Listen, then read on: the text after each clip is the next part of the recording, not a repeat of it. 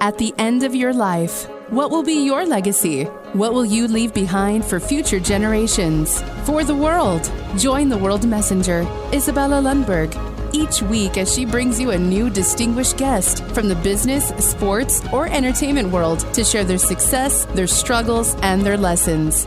They will share their insights into current hot topics that affect everyone. Izabela facilitates an intimate, vulnerable environment to find the true value of humanity and real leadership. Are you ready for your legacy? The legacy that matters? Hello, my beautiful friends. It's Izabela Lundberg here, the World Messenger, and I'm inviting you for another epic episode of Legacy Leadership. How would you thank someone who saved your life? Or how would you learn from someone who consistently is showing up and demonstrating legacy leadership that is impacting tremendously, not only local community, but also nationally and globally? How would you thank someone who is a recipient of Bronze Star for his efforts in military, who survived Desert War and many other combat situations? And today it's serving community that I also had a firsthand experience to see based on his exceptional leadership and other leaders in community that made a change as a first responders. Without further ado, let me introduce you for Division Chief for Emergency Service at South Metro Fire Rescue, Scott Richardson. Hi, Scott. How are you?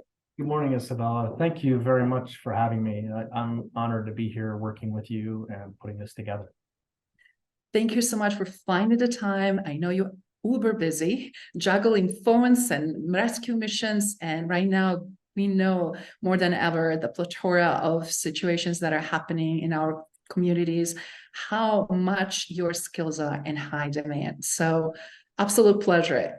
But before we jump into what are you currently doing and how you're shaping our community and how can be exemplary ways to support and shape rest of the country where we see some struggles, in terms of standard, in terms of leadership.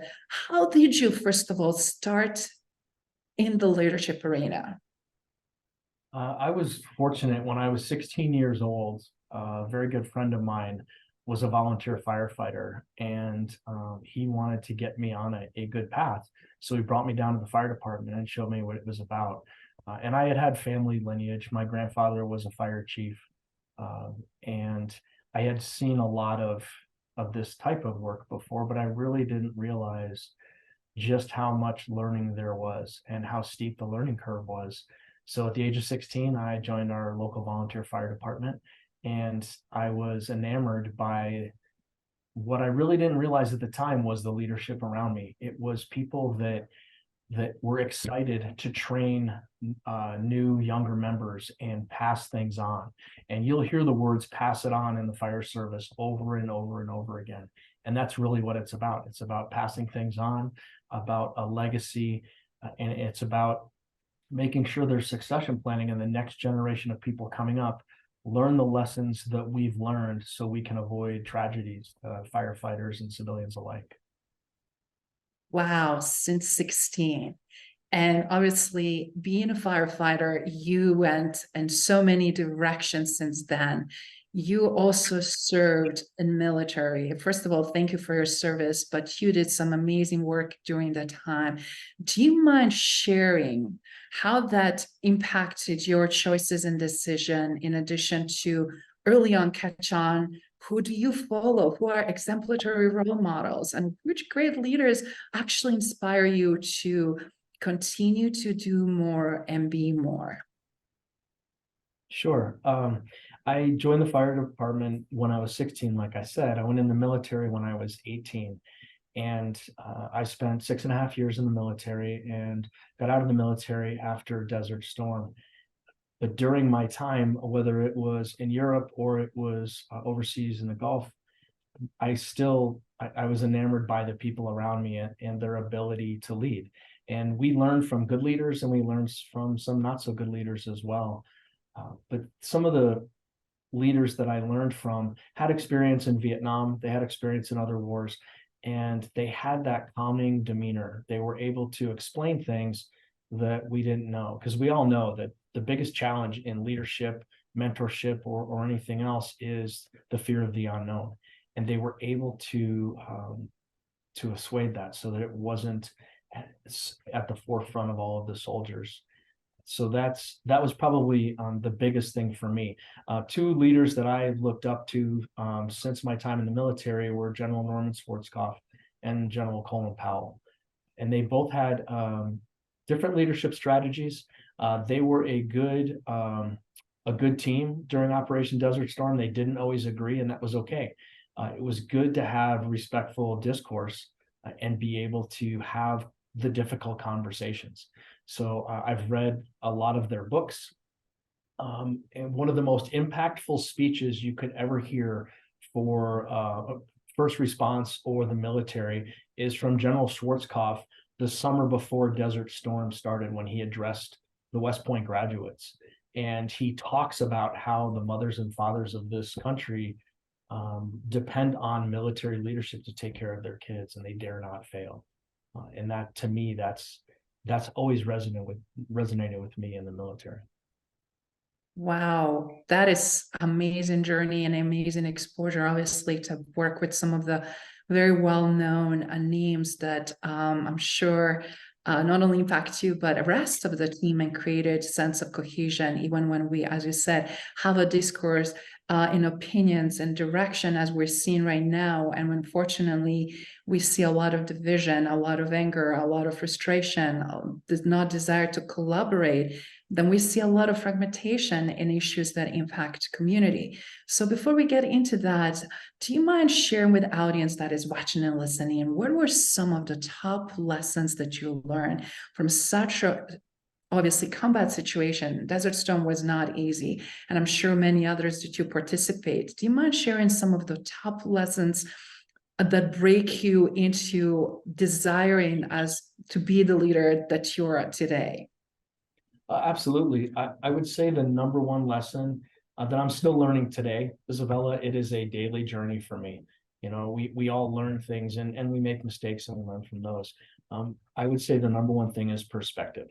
And the best example I can give you of that is I was a medic in my role over there, and we did not have a lot of US casualties. However, there were a lot of Iraqi casualties. And there's one particular situation where I was treating a gunshot wound victim who had been in a firefight with American troops. And this gentleman did not understand English at all. I was dressed just like every other soldier. And I needed to start an IV in his arm to give him fluid because he needed it. And he didn't know me at all. And all he saw was I was sticking a needle in his arm. And the people that were with him from his unit didn't know me either. And some of them were being detained, and it was a very kind of hostile situation. But that was the biggest lesson that I learned. And I tried to translate that into my career earlier on here at the fire department when I was a paramedic. And, everybody deserves compassion. And it's hard, the dichotomy of being a military soldier and fighting, yet being a medic and having to, create compassionate care and being able to look in that individual's eyes. And once I was able to look in their eyes, they realized I wasn't there to hurt them. I was there to help them. So that perspective is probably one of the best examples that I can give you that obviously I remember to this day and is at the forefront of my mind. I'm not always the best person at seeing other people's perspectives, but I have these things in my office, things that from some of my favorite authors that remind me that everybody has a perspective, and it's important to know that, especially in the military when you're fighting a battle. Wow.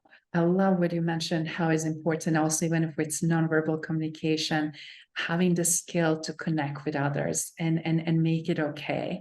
Specific when it's impulsive, when it's quick, when it's reactive, right? It's a dire situation, life and death, and we don't have enough time to waste in order to act and to make a difference in someone's life. And seems like that trajectory follow you through current time. And if you don't mind sharing, when you obviously transitioned from the war zone, from working actively and in military. You obviously came back to be a firefighter. How was that switch for you coming back in environment after seeing what's going on in other parts of the world and trajectory? Because you have such a amazing career. You progressed not only with ranking or but also obviously with everything that you've been doing to shape and create new programs and create one of the best actually first responder programs that I keep hearing. It's not just locally, but nationally as well. Well, I appreciate that. I believe when I got out of the military, I had remained in the reserves, and I still had that that group of people that were close knit, and that never changes. Immediately after getting out of the military, I joined the volunteer fire department again because I wanted that connection. And the fire service here in Colorado is a little bit different than the fire service in the Northeast. We have the same type of fires, we have the same type of people, but there's a few cultural differences here and there. However, I joined the volunteer fire department and then eventually got hired at the department I work for now. And the fire service is somewhat of a paramilitary organization. There's a rank structure, there's a chain of command. There are different, what I call venues of leadership.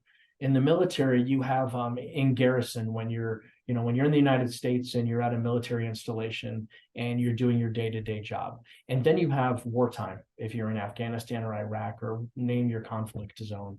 And although the people are the same, the venues of leadership, as I like to call them, are different. That's very similar in the fire service. In the fire service, you have interpersonal communications and leadership within the firehouse. Especially for us, we work 48-hour shifts. So we're together for 48 hours. These people are our family for a third of our lives. Our families come into the firehouses. That's one venue of leadership. The training ground is another venue of leadership. That's where there's learning, empathy, and compassion. And there's a lot of ribbing and giving each other a difficult time too. But then there's incident venues of leadership, whether it is a structure fire, a cardiac arrest, an auto accident, or some type of special operations incident like a hazardous materials call or an air crash. Those venues of leadership are decidedly different. And that's probably the most rewarding part of this job, is understanding how to be a leader in all of those venues and how to orchestrate what that looks like with everybody. I'm sure there's so many that are watching and listening are also just being amused and completely taken by how obviously consistency, right, and showing up, but also desire to be the best version of yourself contribute to that. And also bravery, resilience, and strength to face these such horrific situations when so much difference can be made in split second, depending how people react, that are compassionate and desire to provide service and support to others. I had a chance and privilege to experience the firsthand responders from your team, and I was puzzled how quickly they showed up.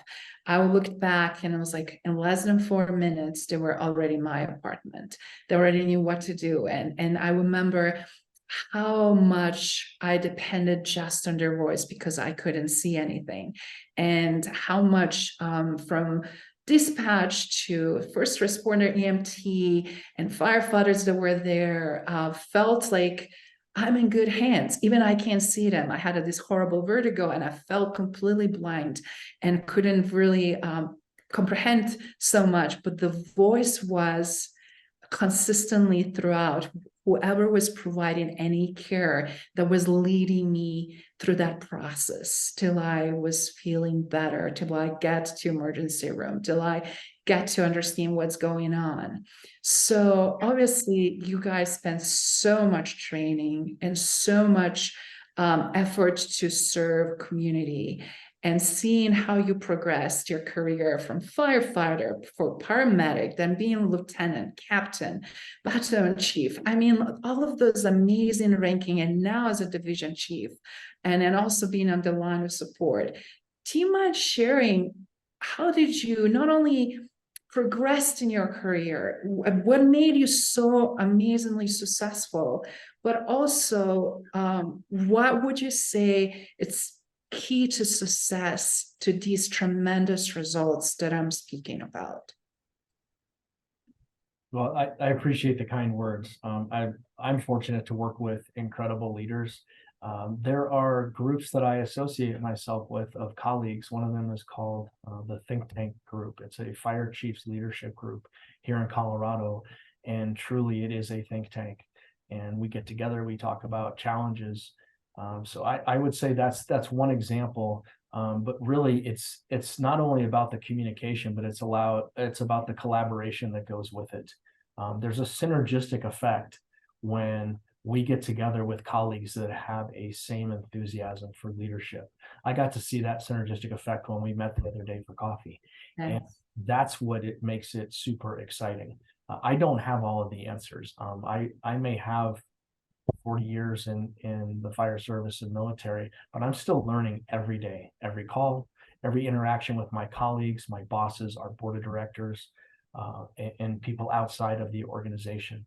So I would say reaching out, having a network of people, of brothers and sisters, as we call them in the fire service, that we can learn from and get the information so that we can help pass that on. Having the humility to realize we don't have the answers. We never have all of the answers. And although it's not always healthy to make decisions by committee, it's important to gain other people's perspective, as I talked about earlier. Listening to people. I have a habit of talking a lot, so you have to cut me off, but listening to others and where they're coming from. My wife shared with me a really neat picture on my way in today, which I thought was very apropos for what we were talking about. It was an iceberg. And in that iceberg, it talked about the things that we see. You know, we see facial expressions, we see body positioning, we hear those types of things. What we don't see is everything underneath the surface, people's history books, where they came from, the challenges that they've had in their lives that shape how they make decisions. I like getting to that next level of conversation with people, as we talked about the other day. I'm not interested in talking to somebody about the weather. I want to know what makes them tick, how they learn. With my colleagues in our organization, I want to understand how I can better communicate and be effective for them, because that's going to make a more well-rounded leader and certainly better relationships. Such a wonderful, again, attitude and aptitude that is being demonstrated. And as a result, everybody that I know also in community that reached and talked to you, feel that right away, but also see that. Which really brings another point here, Scott. Obviously, self-care. You mentioned that iceberg, right? Right now, we're seeing so many, unfortunately, challenges. And very often we don't highlight also some of the solutions and people that truly respond. You shared some interesting statistic earlier. Another conversation. We know data right now in statistics, right? And what data is telling us. But the question is also, what do we do when we're dealing with so many, not only suicide attempts or murders or things that are really horrific in our community that are happening, but yet how do you persevere and show up in such a grounded, healthy, resilient way? It feels like resilience is one of the biggest topic because it's lacking and based on some assessment that I did. So do you mind sharing from your perspective, how did you build your resilience and or leadership resilience with your team and your organization? Absolutely. I like sharing this story because it's important to be vulnerable. And to have the humility to realize that it doesn't just happen. I can tell you, when I came back from the Gulf, when we had our debriefings at Fort Bragg before we demobilized, they handed us a card with an 800 number on it and said, "Hey, if you feel like you're having any struggles, just give this number a call and they'll take care of you."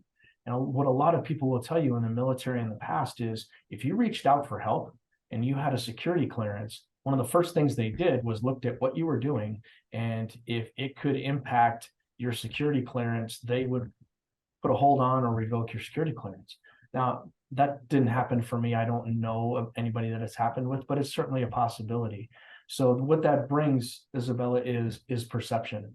And as a first responder, whether it's in law enforcement, the fire service, emergency medical services, or the military, we didn't grow up in a culture of sharing our struggles. We were that iceberg where we had this opinion and everybody saw us as this strong pillar, and we didn't share those things. I freely admit that I was not the best husband and father when my kids were growing up, because I didn't have those coping skills or mechanisms. I put everything I had into work, whether it was starting a special team like an honor guard, or working 2 or 3 jobs to put food on the table and save money. It was easier for me to bury myself in work that I had skills at than it was for me to deal with my stuff. Honestly, it took me until I was 50 years old to really, really deal with my stuff. So I share that to let people know that you can do it. And there is a network of us that are willing to help with that. There are some amazing organizations. There's a huge focus in the International Association of Firefighters and the International Association of Fire Chiefs on mental health and resilience and awareness. But what that boils down to for us, Izabela, because we're talking about leadership, is knowing your people. I was listening to one of your podcasts, and one of the gentlemen said, we don't know people as well as we think we know people. And he is spot on. But as leaders, it's our job to know our people well enough to know when things are going well and when they're not, so that we can see those things and we can ask those second and third level questions. I had some people do that for me. You know, they ask you the question, how are you doing? You're like, I'm great. And they're like, no, you're really not, because I can tell there's something going on. Let's go have a cup of coffee. Let's go talk about it. And they got me to realize that I wasn't okay. And now doing this kind of work, volunteering for organizations, definitely helps with that. But you're right, resilience is one of those things that we have to focus on, and we have to understand our people to be able to help them with that. So when we look at that from, what would you say will be your leadership philosophy for organizational culture that you created? Because everybody knows what you just said. You can't have that without great culture. You can't have it with other great leaders. And it's so beautiful to see that great leaders, you attract the other great leaders. And as a result, they create this amazing cohesion of the team, right? And it's not about who is more important, who has higher rank. It's about how we collaboratively aim our strengths and create something that truly creates impact. That's why we're here. Of course, positive impact. So for that in mind, I'm seeing so many broken organizations and their cultures, as well as very wrong leadership philosophies. And for everybody watching that are desiring to replicate any of your success, do you mind sharing yours, please? Absolutely. We've all seen the mission, vision, value statements that are a paragraph long, and they have a lot of really fancy words in them. I don't have the greatest memory in the world, I'll be honest with you. So me coming up with single words and working with our human performance and optimization people here at South Metro, truly taking all of these things that we've been talking about, this big bowl of salad, and refining it down to things that I can talk to other people about, can resonate with both of us, and they start conversations. So I would say for individuals, teams, or organizations, have some key words that are conversation starters. They're kind of the coffee table words that you have on there that start it. And for me, my 5 are communication, collaboration, listening, learning, and leading. And leading is last, because you have to have those 4 things. If you truly want to be an effective leader, you've got to have those. Because effective leadership really it's a mindset, and it's based on outcomes. Instead of looking at problems, let's look at outcomes. And it's developed through that perspective that we talked about earlier. And then we refine that with our life experiences. Those 5 words don't change for me. How I understand those and I help those resonate with other people, that's what changes. I love those 5 words. And you're right, when we go into phrases, so they may, nomenclature of organization, they may not necessarily resonate well, but when we boil down to the words, Those are great anchors as things get difficult and challenging. And speaking of that, when things get challenging, I mean, I'm seeing you juggling multiple phones and all these different schedules and everything. So radio and whatnot, it's like, how do you balance all of that? How do you deal with that, and so that it's creating the not only for you a sense of ease, as well for others a sense of comfort and knowing? That's a good question, and it is one of the things that I joke around with some of the command staff here in our headquarters, that when a chief officer or a fire officer comes into an assignment at administration, they should have an administration 101 class.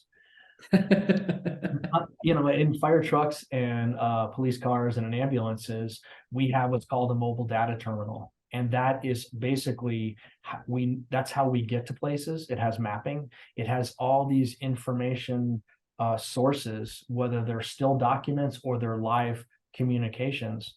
And then we're listening to one or two radios in the middle of our vehicle for the incidents that we're responding to. And then, like you said, we have a couple of phones. And oh, by the way, there's traffic signals we have to pay attention to in actual driving.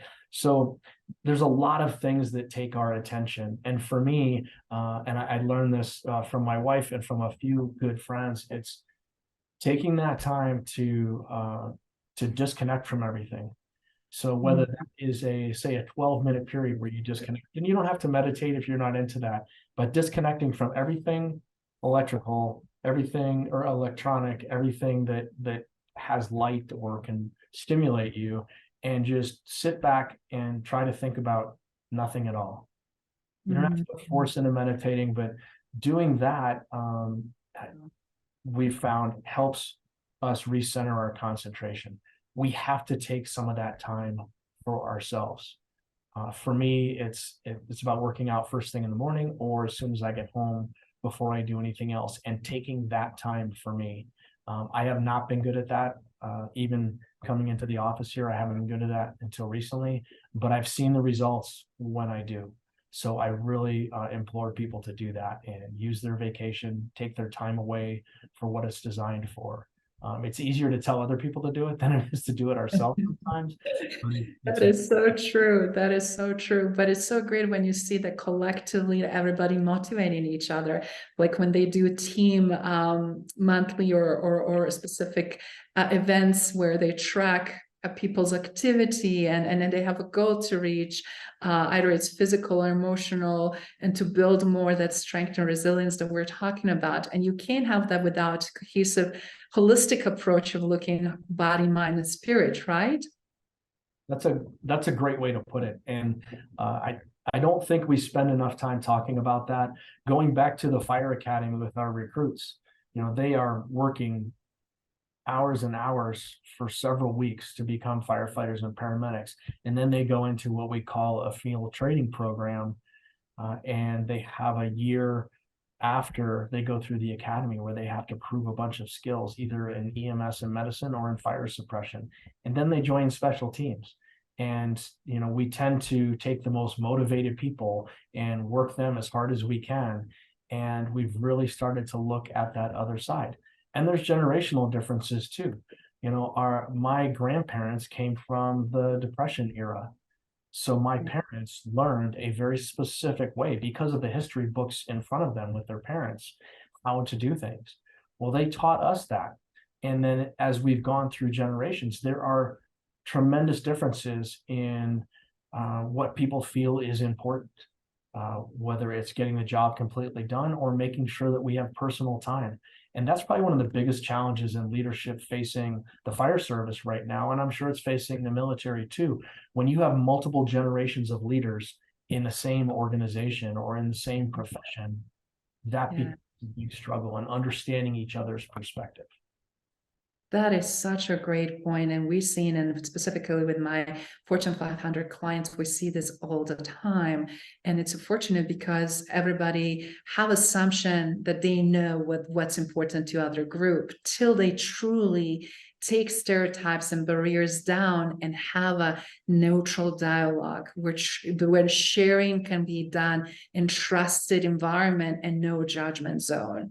And that is the beauty, where we can then really see, oh, they're so technical savvy, they can help with this, or these guys have so much wisdom and experience, they can lead that. And it's such a beautiful way to bring all of that together if we allow, right? It is, and two words came to mind when you were talking, Izabela, and one of them is ego, and the other really is more of a phrase, but buy-in. And if we want to get buy-in from multiple generations in the same organization, we have to reach out to them. The youngest generation very much wants to know the why.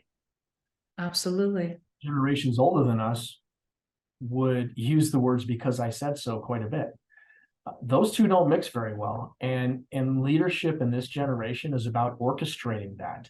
And our organization went from 17 stations to 30 stations, and wow. we merged with 2 other fire departments, 3 different fire departments, bordering each other. We ran calls together all the time, yet our leadership cultures were somewhat different. The way we did things. Some were city-run departments, some were fire protection districts, which is run more like a business than a municipality. And understanding each other's perspective gets lost when our ego gets in the way. And we all have ego. It's what drives us to do certain things that we do. But setting that aside a little bit and understanding other people's perspective helps with that. And if you ask the questions from a place of curiosity, rather than making the statements from a place of judgment, you're more likely to get buy-in from people and understanding. Wow. That is definitely a lesson for everybody watching and listening to exercise and practice, because if we don't, we're going to have much more challenges than we're already seeing. And I know that people are very fatigued, just regular people, let alone obviously first responders, people that are working day and out to receive these calls, all the way to being on the field to respond to the calls and trying to solve the issues that are at hand. With that in mind, please share some of the great statistics, how you were able to impact so positively community. And I love that you just mentioned how you grew, that you're now 30 different stations, and you are spreading now to the 3rd major county, which also shows opportunity where others can improve. Knowing just what's going on in Colorado and then also in other parts of the country. This is a great opportunity for others that are watching and listening to hear what is possible. You don't even know what is possible unless you have this chance. So please share that, Scott. I will. Thank you. In 2009, South Metro Fire merged with Parker Fire Protection District, and one of our all-time great employees was our special operations chief at the time. And I met with him when I was going in on a light duty assignment for shoulder surgery. And he asked me, what my goals were. And I said, well, I don't want this to come out wrong, but my goal is your job. And of course, that was kind of funny at the time. I didn't mean I wanted to take his job, but my goal at some point was to be the special operations chief of our department. And fast forward to a couple of years ago, when we merged with those other 2 departments, I was thinking of this 17 station department with 5 response special teams, and I get to lead and work with those. And now we have 30 stations, and we have response special teams, support special teams, and all of these different things that happen. And it just grew into what it is. I have called on colleagues from surrounding fire departments, and we formed what we call the Metro Special Operations Chiefs Group. And we meet monthly, and we talk about things. We discuss the concerns that we have. There's financial concerns within the state.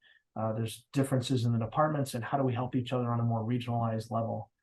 And I found myself right in the middle of this, and it's so fun because all of these people have a tremendous amount of knowledge. So my learning becomes exponential. So the more I get involved in chiefs groups and other organizations within the state and throughout the country, the more I get to learn about that. But from a statistics standpoint, we're 30 stations. We run about 50,000 calls a year. Roughly 70% of those can be EMS calls. But we have fire suppression, EMS, and then special operations, which is like hazardous materials or our SWAT paramedic response, our technical rescue, wildland firefighting, dive rescue. All of those things make up special operations, but those are all people that are firefighters and EMTs and paramedics as well. So those are additional duties that they have. And when we talk about meeting people where they're at, our community needs all three of those. And that's why we put those together, we provide them together, and we work with our colleagues in and around the Denver metro area and the state, and what we call the North Central region for FEMA to provide that. Such a huge responsibility and for a big landscape to cover. And when you said volume of the calls and everything else, do you mind sharing with now post-COVID and current environment and current situation, some of the things that you were able to successfully overcome, obviously, because I know you have some amazing results in terms of not only how fast you respond, but quality of the service. And also, as you said, you already have different ways how you measure performance and different aspects of it, but then also crisis intervention, right? The skill sets that go just beyond being able to do your job, either you're a firefighter or EMT or a paramedic, or a combination of those, right? In addition to challenges that we're seeing today. Do you mind speaking a little bit about those successes? Sure. You mentioned COVID, and COVID really brought about some changes in how we provided medicine. We still had to respond on all of the incidents we respond, but we have to make sure that our providers are safe when they go back to the station.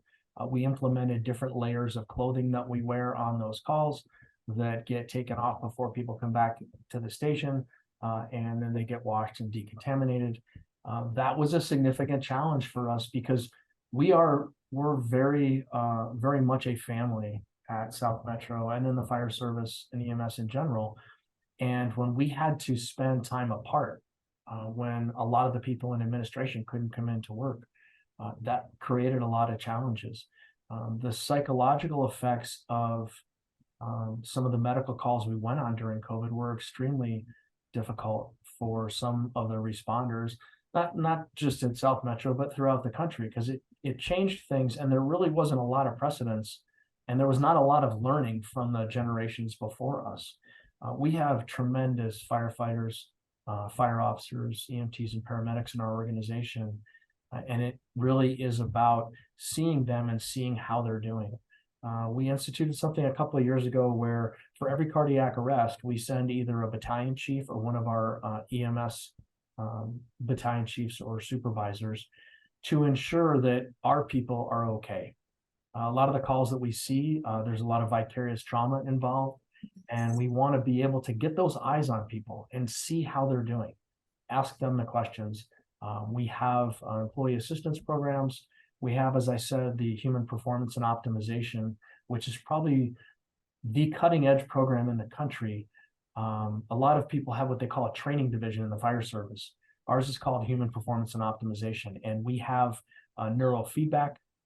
We have a lot of different modalities and a lot of different subject matter experts that go out to our training, and they deal with stress inoculation.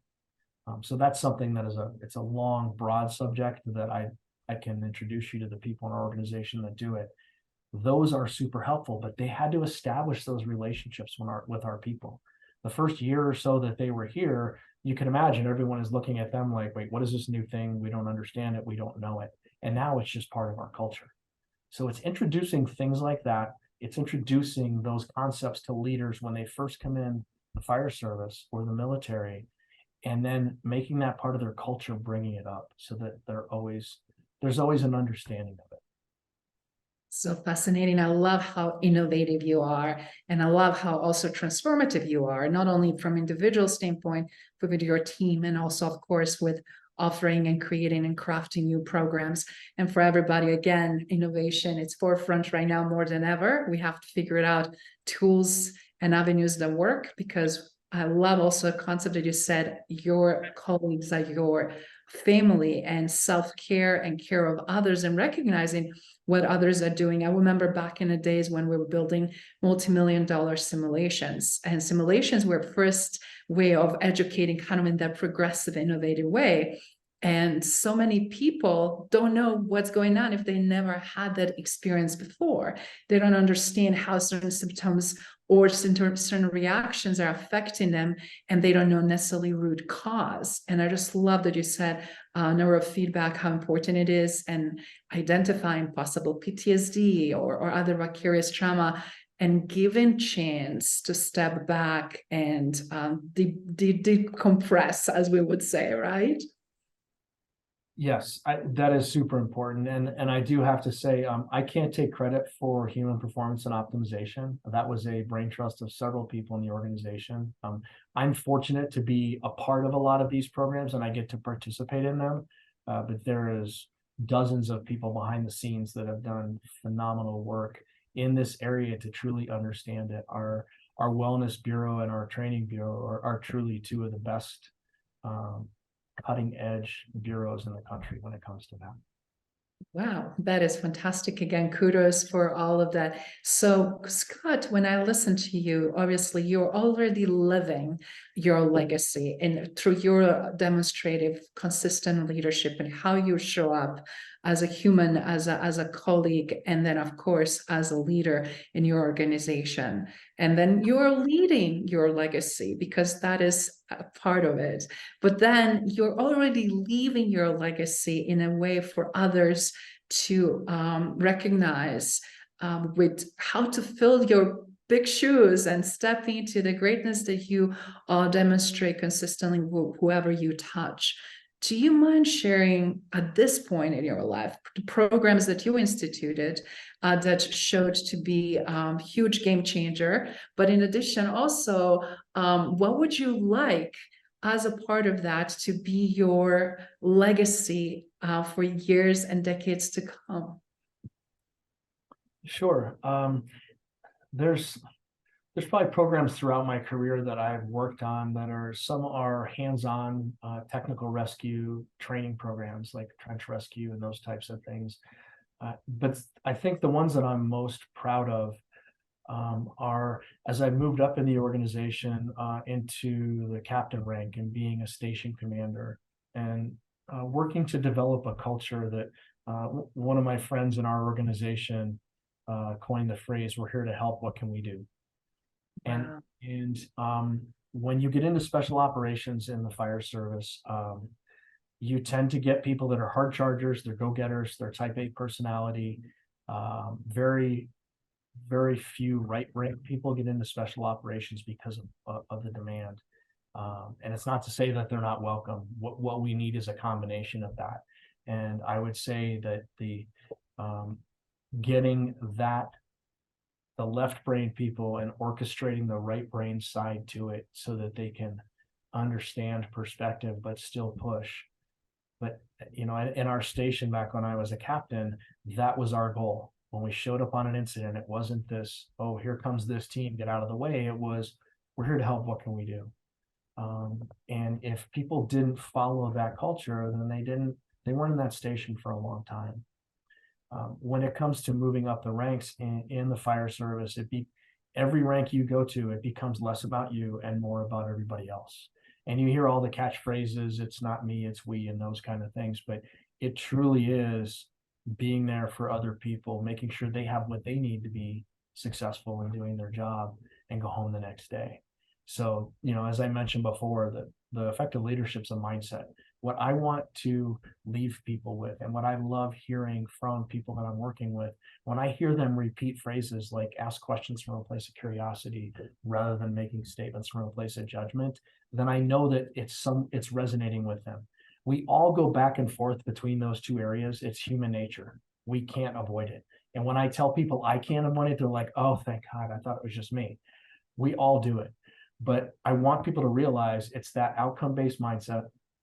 It's understanding other people's perspectives, and it's refining it through your own life experiences and those that you're fortunate to work around.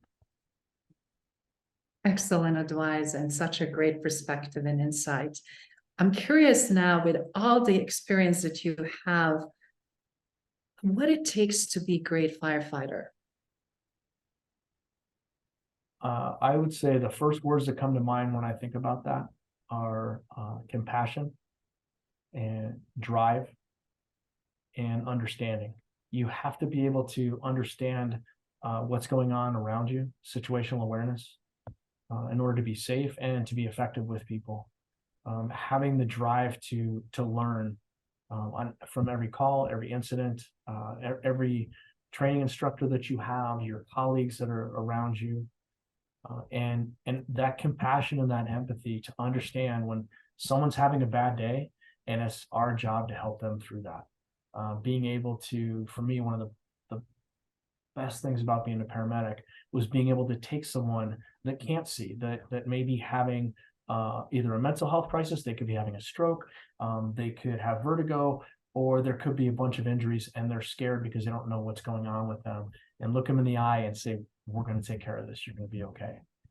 That's not something you get to do in a lot of professions, but the more you have that ability, the more successful you'll be at this job.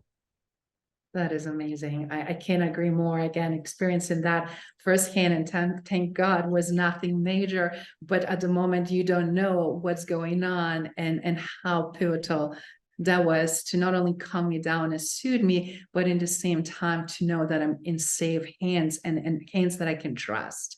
And I think the trust that you're able to create is by far most exceptional that I'm seeing in just in sense of being on that receiving end. With the closing, I would like to, if you can just share with us, what would you like to be remembered for in this chapter of your life, with all the amazing wisdom and knowledge, as you obviously carved the further path and your bucket list that is you still want to achieve, what that would be? I'd love to be able to take what I have here and lead this. And one of my best friends coined the term sphere of influence. And they said, never hesitate to take the opportunity to increase your sphere of influence. And if I can do that larger at South Metro, I'd love to finish my career here, because we have an amazing organization, one of the greatest fire departments in the world. And I'd love to increase that sphere of influence. The legacy and what I gain satisfaction in, which I've already gained, and it just gets better every day, is I want to be a compassionate leader that is known for listening to other people and understanding their perspective and incorporating that to increase that sphere of influence. I'm not always the best at it, and I'm learning every day, but that's what I want. Wonderful. And since we're having a lot of leaders in different industries watching and listening, and part of our tapestry, our community, either locally or nationally, what would be your message to them? How can we face the challenges we're seeing right now happening? How can we carve a better future? That's a great question. And if anybody has any other answers to it, please send them to me, because it's a daily challenge. I would say take the opportunity to look at whether you see them as conflicts or problems. Translate that into a challenge, because conflict and problem to me are negative words. Translate it into a challenge and look at it from an outcome mindset, and come up with some small steps to move forward, to get things going in the right direction. Because leadership is all about getting everyone going in the right direction for a common goal, a common objective. And whether that's a fire or it is building a high-rise building, it's all about that, and it has to start somewhere. The other thing I would say is, with the multiple generations of leadership and workers that we have in the workforce now, one of your other podcasts, a gentleman made the comment that management is about taking care of what's going on right now, and leadership is about taking care of what's going on in the future. And I love that phrase. as leaders, we have to be looking at not only the generations that are in the workforce now, but that next generation coming into the workforce. What's their history book, and what is their way of looking at things? Because if we can't lead them, we might as well get out of the business now. Mm-hmm. Oh, wow. Excellent. Excellent share. When we look at all of this, what we just covered is so much of amazing golden nuggets here. And for everyone watching and listening that is eager to connect with you, learn more about how they can contribute, or even enticed to pursue a career path where they can possibly maybe volunteer and support and do more for our community or communities at large, where can find you and where they can connect with you? There's really two ways. The easiest way is probably on LinkedIn, and if people are watching this, they're probably connected to you so that they can see us as a mutual connection. That's probably the best way. There's also my wife and I founded empower2evolve.com, and it's empower2evolve.com, and that has a lot of information, not only for first responders, but also for professionals in the civilian workforce. Those would be the best two ways. Fantastic. Thank you, Scott, for your time and opportunity to speak with you. We much appreciated all amazing wisdom and great lessons in this episode, and I'm sure we'll be eager to have you back down the road with more exciting information and more exciting news to share. Well, thank you for the great conversation, Izabela. I'm looking forward to it. Thank you for listening to Legacy Leader Show. If you enjoyed the content and had a positive experience, then please leave us a positive rating. In addition, leave us a positive review whenever you are listening on whatever platform there might be. Make sure your friends and family also know about the benefit and value that we provide and what we have to offer. Cheers.